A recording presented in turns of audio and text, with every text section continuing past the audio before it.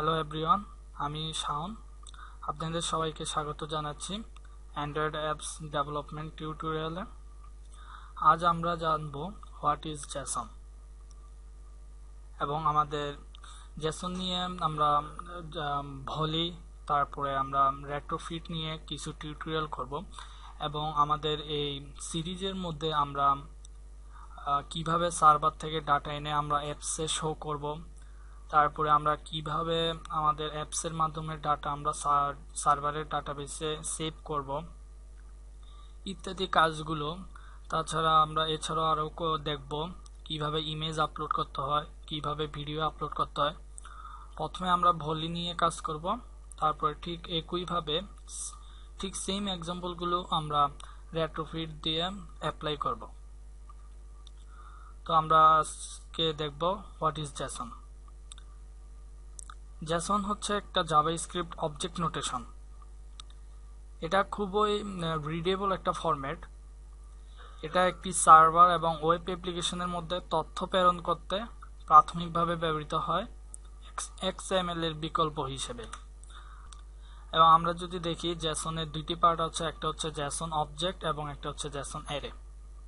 তো আমরা যদি সরাসরি দেখি উদাহরণ দিয়ে, এখানে এই থার্ড ব্র্যাকেট দ্বারা আমরা বুঝি Jason array, that means Jason array শুরু করা হয়েছে। এবং আমরা এই সেকেন্ড ব্র্যাকেট দ্বারা বুঝি একটা জেসন অবজেক্ট শুরু হয়েছে। এবং এখানে আমরা যেটা দেখব that is string and that is value. মাঝখানে আছে আপনার কোলন, here that is string or কি we can say, then that is value.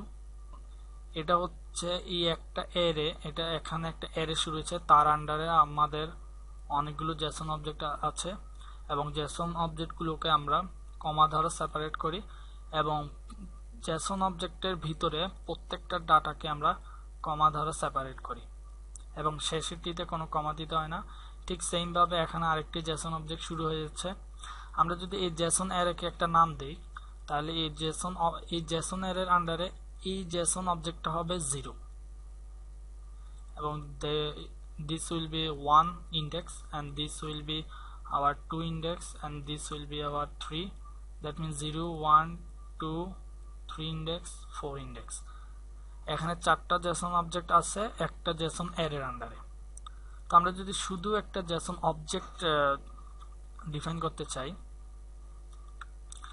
এটা হচ্ছে jasonlink.com। এটার মাধ্যমে আমরা যদি কোনো ডাটা লিখি জেসন ফরম্যাটে, আমরা ইজিলি এটা ভ্যালিডেট কিনা, মানে আমাদের ডাটাটা লেখা হয়েছে কিনা সেটা আমরা খুব ইজিলি বুঝতে পারি। এবং আরেকটা জিনিস, আপনি যদি খুব বড় ডাটা নিয়ে কাজ করেন, তখন দেখা যাবে আপনার একটা জেসন অ্যারের ভিতরে জেসন অবজেক্ট, ওই জেসন অবজেক্টের আন্ডারে আবার জেসন অ্যারে, তার আন্ডারে আবার জেসন অবজেক্ট থাকতেই পারে। তো আমরা সেটা ভ্যালিডেট কিনা চাইলেই ভ্যালিডেট জেসন দিয়ে ভ্যালিডেট করতে পারি।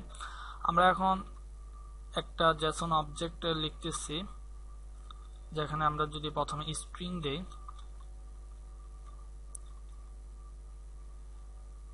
Something name, my name, comma, age 100, দেন আবার কমা যদি আমি আবার লিখতে চাই। তো এখন আমি দিলাম আমার স্কুল নেম। সবগুলো ছোট হাতের ব্যবহার করাই ভালো। তারপর কোলন, তারপর আমি দিলাম এনি স্কুল। এখন আমরা এটা চেক করবো এটা ভ্যালিডেট কিনা। দ্যাট মিনস ভ্যালিডেট জেনে, তার মানে আমাদের এই জেসন লেখাটা ঠিক হয়েছে। এখন এটার আন্ডারে যদি আমি একটা কমা দিয়ে যদি আরেকটা ডাটা দিতে চাই, তাহলে আমি একটা অ্যারে শুরু করলাম, দেখি আমাদেরটা ভ্যালিড হয় কিনা। এবং আমরা জানি, দেখেছি আগে, একটা অ্যারের আন্ডারে অনেকগুলো জেসন অবজেক্ট থাকতে পারে। তো আমরা এই অবজেক্টের আন্ডারে একটা জেসন অ্যারে শুরু করলাম, তাহলে এটা আমরা নিচের থেকে শুরু করি। তাহলে এখানে আমরা আবার একটা অবজেক্ট শুরু করি। আমি যদি এখানে দেই তার জব টাইটেল, বা আমরা এটার একটা নাম দিতে পারি।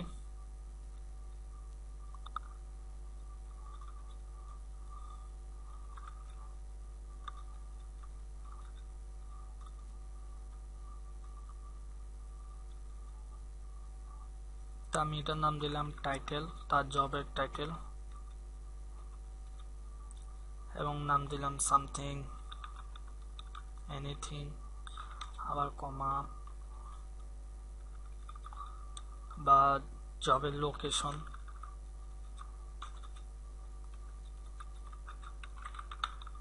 Any location. তো আমরা এখন দেখব আমাদের এটা ভ্যালিডেট কিনা, দ্যাট মিনস ভ্যালিড জেসন। তা এর দ্বারা আমরা কি বুঝতে পারি, এটা একটু কমপ্লেক্স। তা আমরা এটা হচ্ছে একটা জেসন অবজেক্ট, তার আন্ডারে এটা হচ্ছে এই জেসন অবজেক্টের জন্য এটা হচ্ছে 0, এটা হচ্ছে 1 ইন্ডেক্স, এটা হচ্ছে 2 ইন্ডেক্স, এবং এই পুরোটা হচ্ছে একটা 3 ইন্ডেক্স। এবং এই 3 ইন্ডেক্সের জন্য একটা কি আছে, এই 0 ইন্ডেক্সের কি হচ্ছে নেম, এবং এটা হচ্ছে এজ, এটা হচ্ছে স্কুল, এবং এটা হচ্ছে জব। এবং এই মানে এই জেসন অবজেক্টের আন্ডারে আপনার এই জেসন অ্যারের আবার দুইটি জেসন অবজেক্ট আছে যাদের এই জবের জন্য, দ্যাট মিনস এটাকে যদি আমরা একটা নাম দেই প্রোফাইল, আমরা দেখি এটা ভ্যালিডেট কিনা। প্রোফাইল পার্স সামথিং,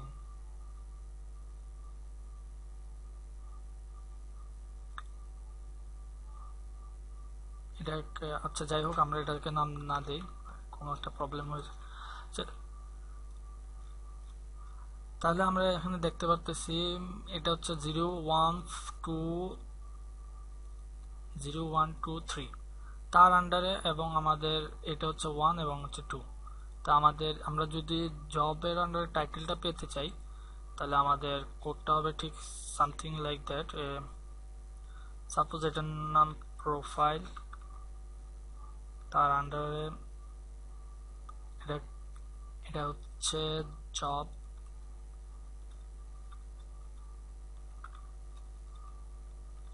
তার আন্ডারে আমি যদি টাইটেল, ঠিক সেম ভাবে আমি এই জিনিসটা পেয়ে যাব। বা আমি যদি ইন্ডেক্সিং করি তাহলে এটা হবে 3, এটা হবে 0। তাহলে আমরা ঠিক এই ডাটাটা পাবো। এবং 1 দিলে এই ডাটাটা পাবো। আর আমি এই ডাটা তিনটার জন্য আমি শুধু আমার ইন্ডেক্সিং 0 এবং 1 রাখলেও হবে।